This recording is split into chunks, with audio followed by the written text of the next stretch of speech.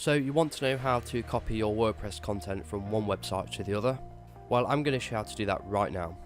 So the first thing you want to do is log into the back end of your website with all the content on it, and you want to go ahead to the Tools tab and you want to click on Export. So once we're here, it's basically going to give you a few options of what type of content you want to export. So if you want to export posts or specific posts, you can do that. Obviously layouts, projects, whatever it may be. But in this case, I'm going to click All Content just to make things a bit easier. And then we're going to go ahead and click Download Export File. Now what this export file is, it's a XML document, and it's similar to a text document where it contains all of the code for your content on your current website.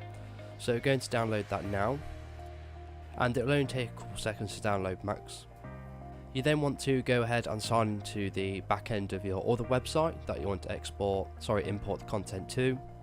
And then you want to go to the Tools tab yet again, and you want to click on Import. Now here you want to download the WordPress plugin called WordPress, and here it will say Install Now, just like all these others do. So you want to go ahead and do that and activate it. And then you want to come back to this Import tab again, and instead of saying Install Now, it will say Run Importer, just like mine does. So you want to click on that, and you should be located to the WordPress importer page. And here what we're going to do is click on Choose File, and we're going to choose the exact same file we just downloaded. So I'm going to go ahead and do that now. And then you want to click Open, and then you want to click on Upload File and Import. Now the next stage is very important. So at this point we're basically going to choose what user we're going to assign all the content to. So in this case, if we want to assign it to another user or another name, so like Joe or Bob, whoever it may be, you can do that.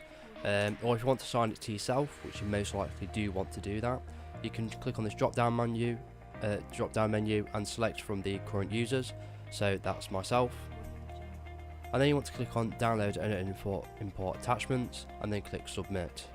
Now this will take a couple of seconds to a couple of minutes to download and import all of the data to your new website. But bear in mind that because other websites may have different themes, the content that you've imported may not work as well with that theme. So you will have to adjust things to make sure it looks exactly how you like it to.